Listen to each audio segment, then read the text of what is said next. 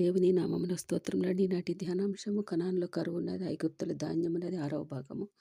ఆదికాండం 41 అధ్యాయము 28 వచనం ప్రారంభం. నేను ఫరోతో చెప్పు మాట ఇదే, దేవుడు తాను చేయబోతున్నది ఫరోకి చూపించెను.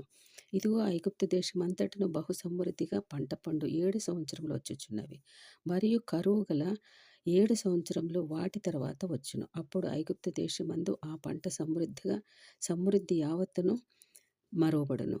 ఆ కరువు దేశమును పాడుచేయును. దాని తర్వాత కలుగు కరువు చేత దేశమందు ఆ పంట సమృద్ధి తెలియబడకపోవును. ఆ కరువు మిక్కిలి భారముగా ఉండును. ఈ కార్యము దేవుని వల్ల నిర్ణయింపబడి ఉన్నది. ఇది దేవుడు శీఘ్రంగా జరిగించును. అందుచేతనే ఆ కల ఫరోకు రెట్టింపబడెను.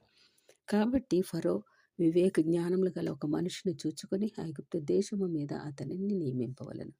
ఫరో అట్లు చేసి ఈ దేశము పైన అధిపతులను నియమించి సమృద్ధిగా పంట పండు 7 సంవత్సరములలో ఐగుప్తు దేశం అందంతటను 5వ భాగము తీసుకొనవలెను. రాబో ఈ మంచి సంవత్సరములలో దొరుకు ఆహారమంతా సమకూర్చి ఆ ధాన్యము ఫరో చేతికి అప్పగించి ఆయా పట్టణములలో ఆహారమునకే భద్రం చేయవలెను. కరువు చేత ఈ దేశం నశించిపోకుండా ఆ ఆహారం ఐగుప్తు దేశంలో రాబో కరువు సంవత్సరం 7ంటికి ఈ దేశమందు సంగ్రహంగా ఉండునని ఫరోతో చెప్పెను.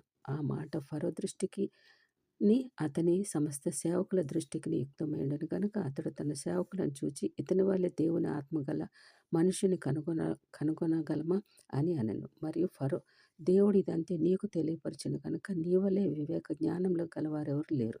నీవు నా ఇంటికి అధికారివై ఉండవలెను. నా ప్రజలందరూ నీకు విధేయులై ఉందురు.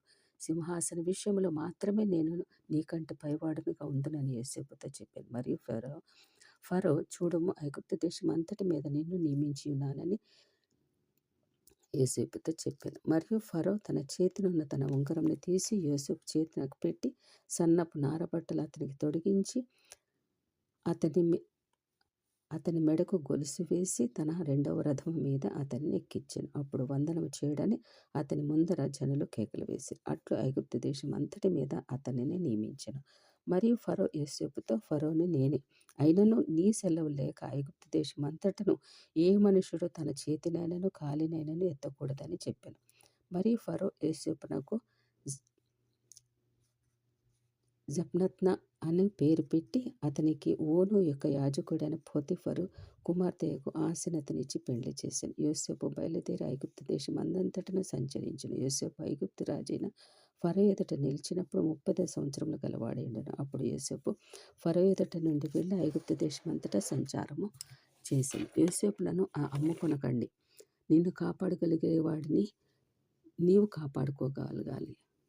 ఆస్తులు, బంగారము, రహస్య నిధులు ఉగ్రత దినమందు అక్కరకు రావు. ఏ రాజు ఏ నరుడు సేనా బలము చేత తప్పించుకొనజాలడు. యుద్ధ దినమందు ఆయుధములు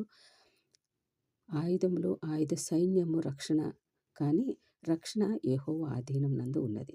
నిన్ను కాపాడుకోగలిగే వారిని నీవు కాపాడుకోగలగాలి.